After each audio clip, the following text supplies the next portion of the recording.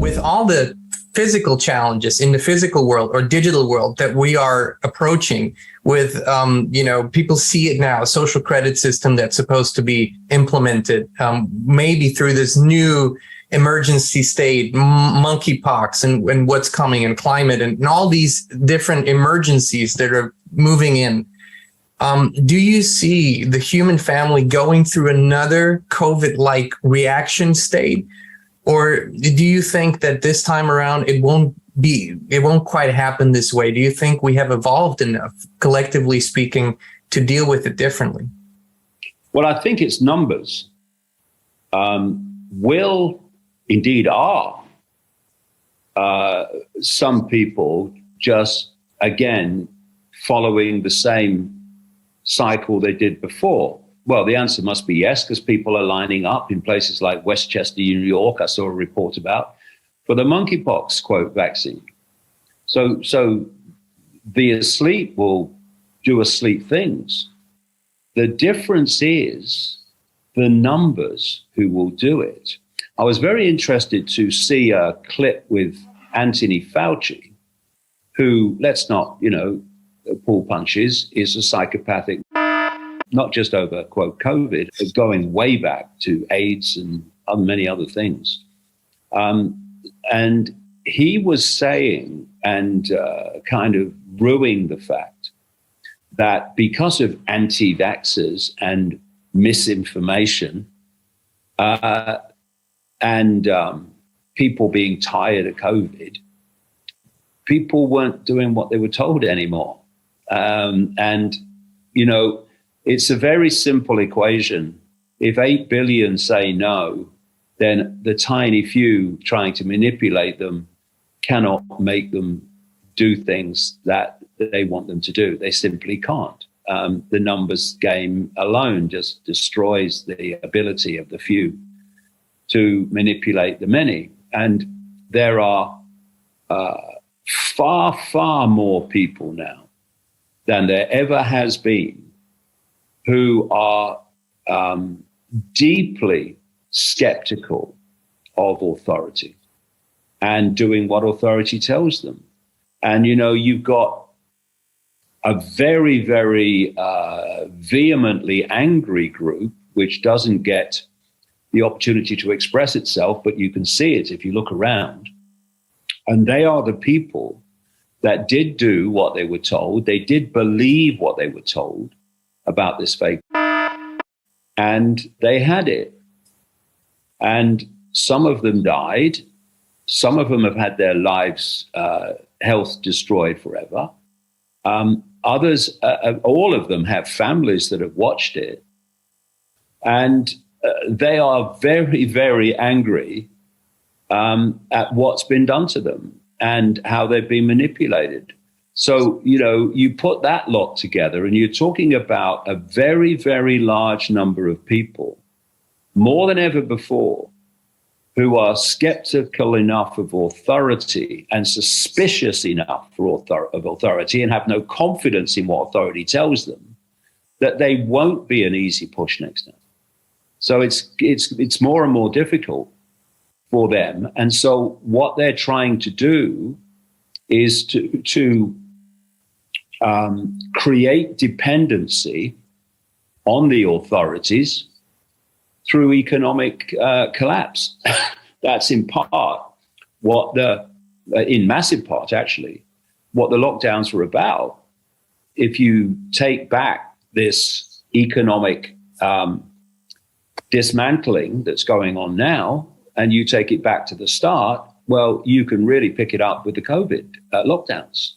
That's what threw the spanner in the works of the economy worldwide. Of course it would. You're shutting everything down. What did you expect? They knew this was going to be the case. And what they've done by justifying stopping pipelines and fossil fuel excavations and looking for new sources on federal land, for instance, in America, and moving away from fossil fuels to totally inadequate so-called alternatives, is they've created an energy dependency on outside sources. What they've then done is systematically provoke those sources, in this case Russia, to do what they've done. They then say we have to have sanctions against Russia because of what they've done. And the effect of those sanctions is not to harm Russia, it's to harm the Western economy and people living in the Western world, which the whole plan is to dismantle Western society, which is what I've been saying for all these years was the plan. So when you are focused on trying to put food on the table, trying to afford fuel to do what you need to do, then your focus is on that, and it's not on many other things that would be detrimental to the cult if the focus was on that, like what the hell is going on and who's doing it to what end. So that they are throwing at us everything to break our spirit. That's what basically the collective reason for everything is to break our spirit, so we become subservient to do what we're told. And that's what I've been saying all these years is the plan to dismantle the economy, to stop the ability of people to have an independent income, independent of the authorities, so that they can introduce a guaranteed income on the basis of there's no other way that people can earn anything because everything's fallen apart. And this guaranteed income will come with the proviso that to get it, you've got to conform. And if you don't conform, you won't get it. And by the way, how else are you going to earn money to put food on the table? Because we've destroyed everything else. That's the plan. That's what the World Economic Forum plan and Klaus Schwab is all about. And they're telling you that now, that that's what the plan is. And so if you look at the climate change and the COVID, and you look at the, quote, solutions to both, they're the same.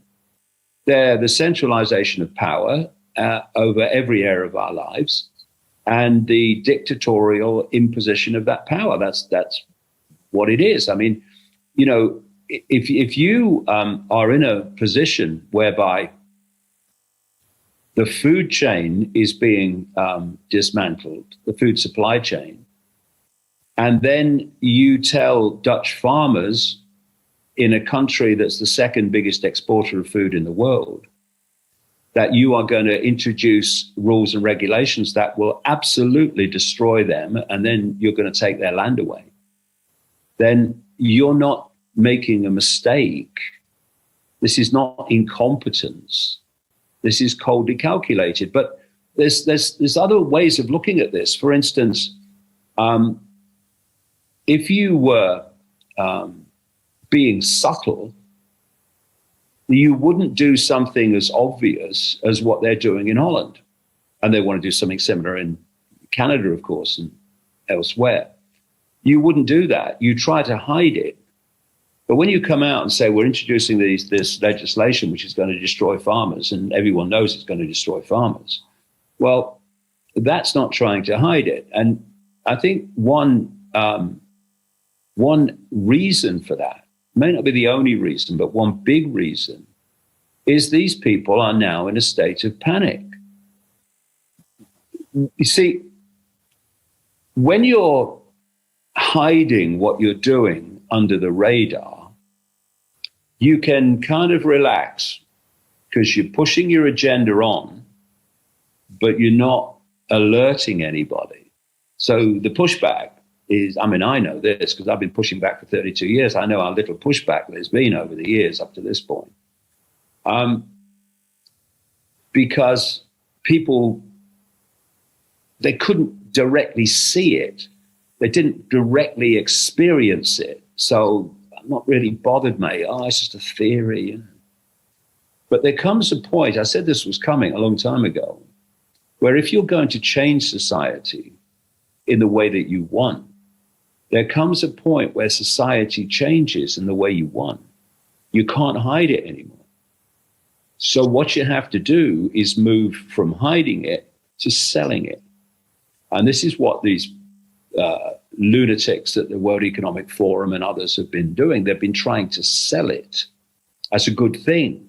You'll own nothing, but you'll be happy and all this.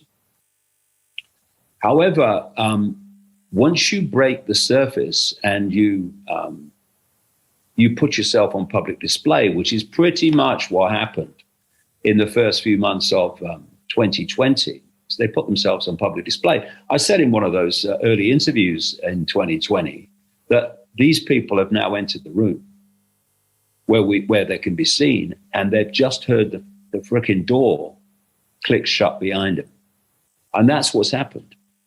And so now they are having to try to get the points of control that could not least through AI into place as fast as possible, because they know that the longer they take to really shut everything down, the more people are going to awaken to what they're doing and the more trouble they're going to be in. So they're trying to rush it. Look at the speed they're trying to bring everything in. And in many ways, the Dutch government just announcing we're going to destroy farmers in the second biggest exporter of food in the world is an expression of that panic, of that need to push on, because they know that the longer they take to do it, now they're on public display, the more or less chance they have of reaching their goal, because enough people will wake up and see it and stop cooperating with it. So, you know, these are interesting times. And, you know, terrible as they are, there's an enormous amount to be encouraged by. I mean, if people were now as asleep as they were in the spring of 2020, we would be up the creek without a bloody paddle. We'd be up the creek without a canoe. But that's not the case. So there's lots of things to be encouraged by, as well as lots of challenges coming. There's a lot of things that I've said over the years which were perceived to be crazy. And then suddenly they start to move mainstream.